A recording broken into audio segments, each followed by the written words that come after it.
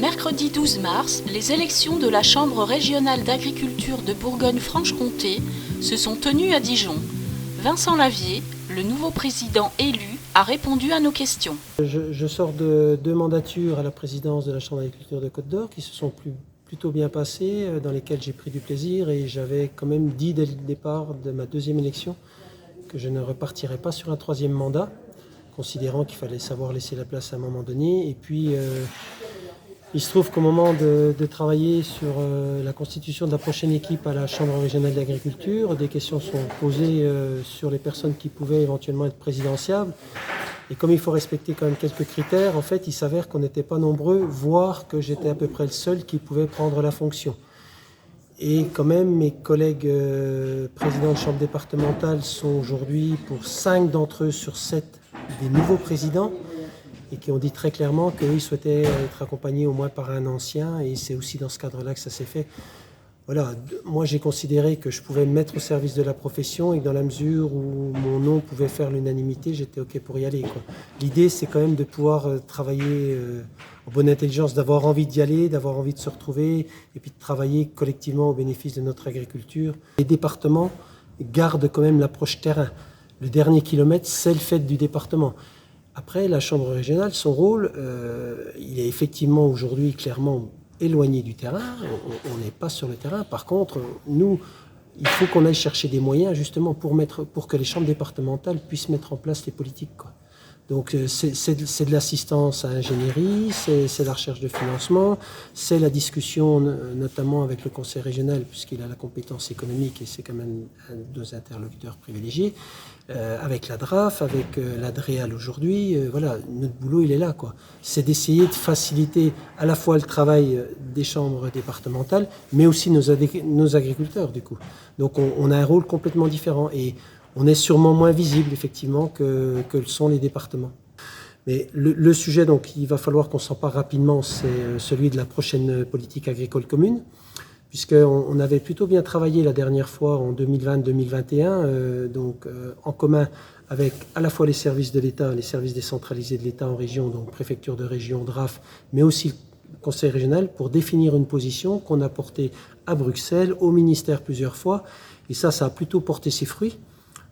Parce qu'au final, on s'est trouvé avec une enveloppe plutôt améliorée par rapport aux fois précédentes, et on avait quand même réussi à convaincre le ministre de nous mettre en place cette fameuse MAE-C zone intermédiaire qui me tenait tant à cœur depuis des années et sur lesquelles je m'étais moi personnellement beaucoup investi, ce qui nous avait permis de gagner une enveloppe complémentaire au niveau macro. Pour notre région, c'était quand même important, parce que c'était 45 millions en plus qui sont revenus pour notre agriculture régionale. Donc ça, c'est le premier sujet. Le second, qui nous pourrit un peu la vie quand même depuis 2-3 ans, c'est celui du FEADER, parce que même si on est à peu près débourbé pour le PDR3, c'est absolument pas le cas à notre sens pour le PDR4, et moi je suis quand même assez inquiet quand j'entends tous ces JA qui ont déposé des dossiers d'investissement il y a 2 ans maintenant et qui n'ont aucune réponse et qui ne peuvent pas avancer dans leur projet d'installation, à tel point que certains me disent « mais moi j'en dors plus la nuit ». Commencer sa vie professionnelle comme ça, c'est quand même pas quelque chose dont on peut rêver, quoi. Donc là, il faut vraiment qu'on renoue le dialogue et qu'on fasse passer les messages en leur disant « mais trouvez-nous des solutions, ça va pas assez vite par rapport aux attentes du terrain ». Voilà, derrière, on est aussi attendu, nous, Chambre régionale, par rapport à la planification écologique.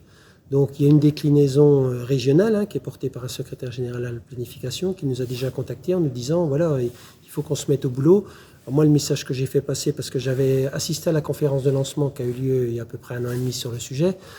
Donc, quelque part, la filière agricole est attendue sur la décarbonation, mais pas forcément avec des objectifs aussi ambitieux que peut avoir, je sais pas moi, le BTP, les transports ou l'industrie, parce que travaillant avec du vivant, on n'a pas les mêmes moyens pour intervenir. Et ce que j'avais entendu aussi à l'époque, quand même relativement rassurant pour nous, c'est que l'élevage extensif tel qu'on le pratique dans nos contrées, il n'est pas remis en cause par la planification écologique, parce qu'on fait la balance entre effectivement le méthane produit par les animaux, mais le fait aussi que les prairies aujourd'hui sont capables de stocker beaucoup de carbone, quoi.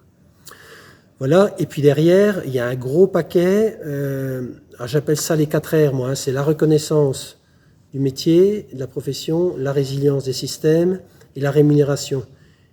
Et tout ça, ça doit favoriser l'attractivité pour aider le renouvellement. Voilà, là, il y a quelque chose quand même d'important autour de ça. Là, on n'y est pas clairement. Le renouvellement, c'est un objectif affiché depuis des années, mais on n'a de toute façon, à mon sens, pas trouvé aujourd'hui la solution pour freiner quand même la perte d'exploitation et d'exploitants. Ça, on y est. Les gens continuent d'arrêter. Et puis en termes de remplacement, on n'est pas bon. Le Doubs est très bon dans la filière comté. Ils sont pratiquement à 1 pour 1. Mais le reste de la région, on n'y est pas. Hein. C'est 1 pour 2, 1 pour 3, quoi. Et là, il faut quand même qu'on arrive à infléchir cette tendance qui n'est pas supportable. Tout ce qu'on a mis en œuvre jusqu'à aujourd'hui, c'est pas suffisant, clairement. Si on veut donner envie à des gens de s'intéresser au monde agricole et puis au métier d'agriculteur, d'abord, il faut qu'on soit capable de communiquer un peu plus positivement sur nos métiers. Ça, c'est très clair, c'est quand même important aujourd'hui. Moi, je fais partie de ceux qui considèrent qu'on peut gagner sa vie en agriculture. Effectivement, il faut peut-être travailler plus qu'ailleurs, mais ça, on le sait quand on s'installe dans le monde agricole. Ça fait partie, je dirais, des inconvénients du métier, mais il y a tellement d'autres avantages à côté que pour moi, c'est pas un problème. Par contre, au bout du compte, il faut gagner sa vie. Ça, c'est inéluctable aujourd'hui. Et s'il y a des gens qui ont accepté de travailler dans des conditions difficiles et de ne pas gagner beaucoup à une époque, aujourd'hui, c'est quelque chose qui est complètement révolu. Le monde, il est plus fait comme ça. Les gens, ils ont d'autres aspirations. Et il faut qu'on soit aussi capable de répondre à ces aspirations-là. Indirectement lié à ça, quelque chose qui est important pour moi, pour lequel je me bats depuis des années en département, c'est la reconnaissance du rôle de l'agriculture dans les territoires.